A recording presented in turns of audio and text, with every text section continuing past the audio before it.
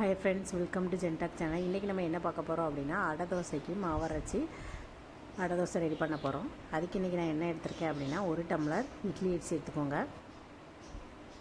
இட்லி அரிசி இல்லைன்னா நீங்கள் சாதாரண அரிசி எடுத்துக்கலாம். இது அரை டம்ளர் பச்சை அரிசி. இது சின்ன டம்ளருக்கு 1 டம்ளர் நான் எடுத்திருக்கேன். நீங்கள் பெரிய டம்ளருக்கு எடுக்கதா இருந்தால் 1 டம்ளர் இட்லி அரிசி, அரை டம்ளர் பச்சை அரிசி. இது 100 கிராம் உளுந்து எடுத்துக்கோங்க. அடுத்து சிறுபருப்பு 50 கிராம் எடுத்துக்கோங்க. கடலைப்பருப்பு 50 கிராம். அடுத்து துவரம்பருப்பு 50 கிராம். இப்போ எல்லாத்தையும் நல்லா மிக்ஸ் பண்ணிக்கோங்க. இதை நம்ம நல்லா கழுவிட்டு தண்ணி ஊற்றி நம்ம ஊற வச்சுக்கலாம். பருப்பு எல்லாமே ஒரே அளவு எடுத்துக்கோங்க. அரிசி மட்டும், இட்லி அரிசி மட்டும்தான் கூடுதலாக எடுத்துக்கணும். அது 200 கிராம் எடுத்துக்கோங்க. மீதி இருக்கிற எல்லா பொருட்களுமே 100 கிராம் போதும். இப்போ இதை நம்ம தண்ணி ஊற்றி நல்லா கழுவிக்கலாம். பருப்பில் எல்லாத்துலேயும் கொஞ்சம் தூசி இருக்கும், அதனால் நம்ம தண்ணியை வச்சு நல்லா கழுவிட்டு இந்த தண்ணியை நல்லா வடிகட்டிட்டு ஊற வைக்கிறதுக்கு வேறு தண்ணி ஊற்றி ஊற வச்சுக்கலாம். இப்போ நல்லா பருப்பை தண்ணியை ஊற்றி கழுவி தண்ணியை வடித்தாச்சு. இப்போ என்ன, அதில் ஒரு 3 டம்ளர் தண்ணி ஊற்றி நல்லா ஊற வச்சுக்கலாம். அரிசி பருப்பு எல்லாம் நல்லா நனைகிற மாதிரி நம்ம ஊற வச்சுக்கோங்க. இப்போ காரத்துக்கு நான் ஒரு 5-6 மிளகாய் எடுத்திருக்கேன். காஞ்ச வத்தல் எடுத்திருக்கேன். இதையும் நான் அந்த தண்ணி கூட ஊற போட்டிருக்கேன். அடுத்து நான் 1 டேபிள் ஸ்பூன் பெருஞ்சீரகம் எடுத்துக்கோங்க. 1 டேபிள் ஸ்பூன் இல்லை 2 டேபிள் ஸ்பூன் பெருஞ்சீரகம் சேர்த்துக்கோங்க. பெருஞ்சீரகம் கொஞ்சம் நிறைய சேர்த்துக்கலாம். ஏன்னா நம்ம அதிகமாக பருப்பு பொருட்கள் சேர்க்குறோம், எல்லாமே கொஞ்சம் வாயு தான். அதனால் நம்ம பெருஞ்சீரகம் கொஞ்சம் அதிகமாக சேர்த்துக்கலாம், மணமாகவும் இருக்கும். 2 டேபிள் ஸ்பூன் பெருஞ்சீரகம் சேர்த்துருக்கேன் நான். இப்போ இது நல்லா ஊறிடுச்சு. 2 மணி நேரம் ஊற வைங்க.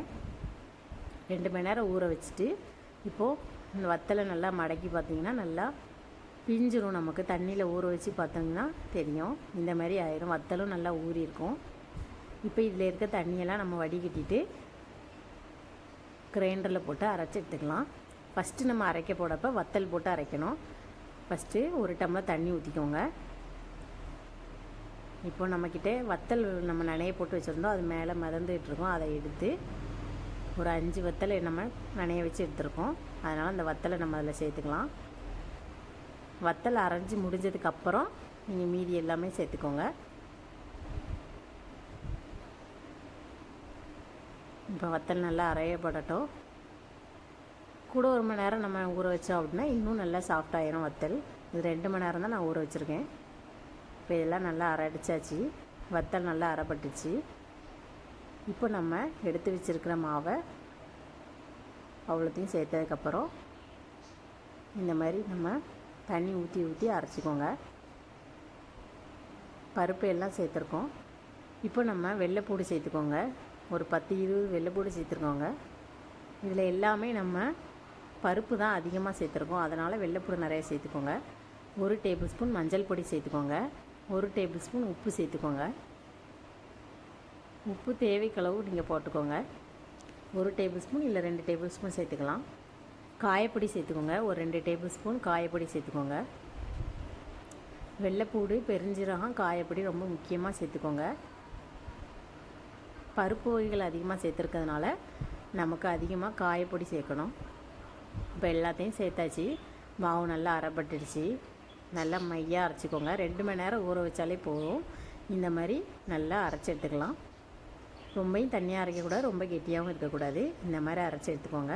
இப்போ இதை ஒரு பாத்திரத்தில் வலிச்சு எடுத்தாச்சு. இதை இப்போ நம்ம ஒரு 2 மணி நேரம் நீங்கள் ஊற வச்சுக்கோங்க. ரொம்ப நேரம் 3 மணிக்கு நீங்கள் இந்த பருப்பு அரிசி எல்லாம் நனைய போட்டுக்கோங்க. ஒரு 5 மணிக்கு சாயங்காலம் அரைச்சி எடுத்துக்கலாம்.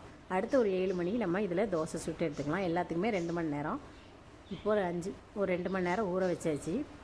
ஊற வச்சதை எடுத்து இப்போ ஒரு பாத்திரத்துக்கு மாற்றியாச்சு. இதில் நான் இப்போ என்ன பண்ண போகிறேன் அப்படின்னா, ஒரு 3 டேபிள் ஸ்பூன் எண்ணெய் சேர்த்துக்கோங்க. பேனில் அடுப்பு ஆன் பண்ணிக்கோங்க. பேன் வச்சுக்கோங்க. 3 டேபிள் ஸ்பூன் எண்ணெய் ஊற்றிக்கோங்க. 1 டேபிள் ஸ்பூன் கடுகு சேர்த்துக்கோங்க. ஒரு வெங்காயம் கட் பண்ணி எடுத்துருக்கேன் நான். ஒரு வெங்காயம் கட் பண்ணதை எடுத்துக்கோங்க. கருவேப்பிலை சேர்த்துக்கோங்க.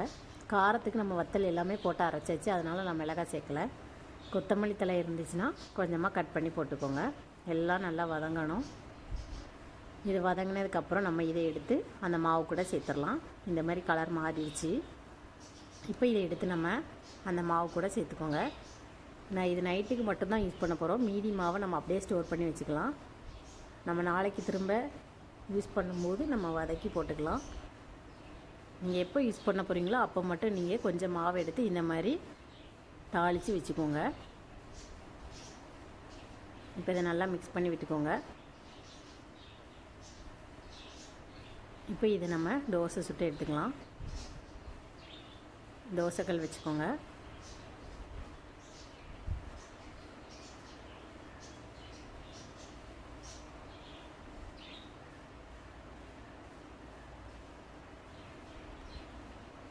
எண்ணெய் தேய்க்க வேண்டியிருக்காது. இது நான்ஸ்டிக் பேனுங்கிறதுனால நம்ம அப்படியே ஊற்றிக்கலாம். உங்களுக்கு சின்ன தோசையாக வேணால் சின்னதாக ஊற்றிக்கோங்க. பெருசாக இப்போ உங்கள் இஷ்டம் எப்படி வேணுமோ நீங்கள் ஊற்றிக்கலாம். தோசை ஊற்றிக்கோங்க.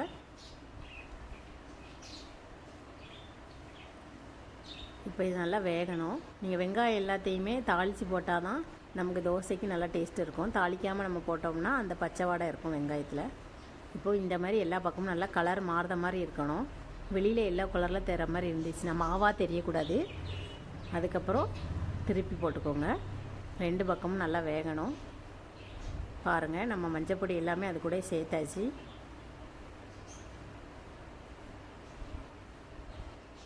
என்ன வேணும்னா நீங்கள் நெய் சேர்த்துக்கலாம். அடை தோசை ரெடி ஆயிடுச்சு. இன்னொரு தோசையும் நம்ம ட்ரை பண்ணலாம். தோசை நல்லா வெந்துடுச்சு. இப்போ திருப்பிக்கலாம். பாருங்கள், இந்த மாதிரி நல்லா டேஸ்ட்டாகவும் இருக்கும். நீங்களும் ட்ரை பண்ணி பாருங்கள். சுவையான மற்றும் ஆரோக்கியமான அடை தோசை ரெடி. தேங்க்யூ.